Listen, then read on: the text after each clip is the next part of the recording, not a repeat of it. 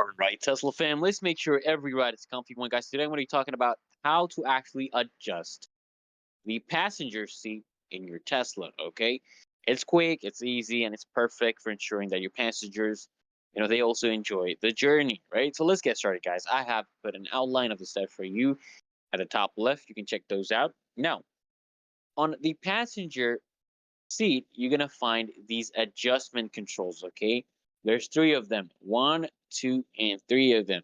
So these are basically shaped like, seat icons, and they'll let you adjust position, the angle, and the lumbar support, okay?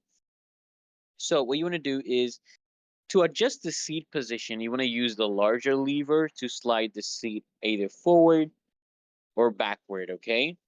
And you can push it up or down to raise or lower its height.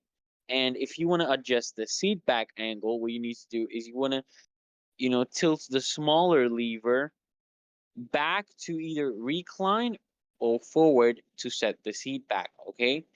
So this one is for the seat positioning. This one is for the seat back angle. Okay, it's important actually, guys, we find the perfect ideal angle for your passengers' comfort. And the third one, guys, the third one for models that actually, which have the lumbar support, okay, you want to basically locate the smaller circular control. If you move it up, you can move it down, you can move it forward, you can move it backward to customize the lumbar firmness, guys, okay? And in some Tesla models, you can actually save the passenger seat position using memory settings, okay? Just check your touchscreen for the option under driver profiles and adjust, and assign the setting to a specific profile.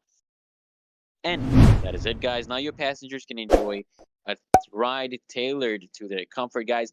Make sure you hit that link in the description, guys, to find out ways to upgrade your ride even further. Make sure you subscribe to the channel, guys, and see you guys in the next video, guys.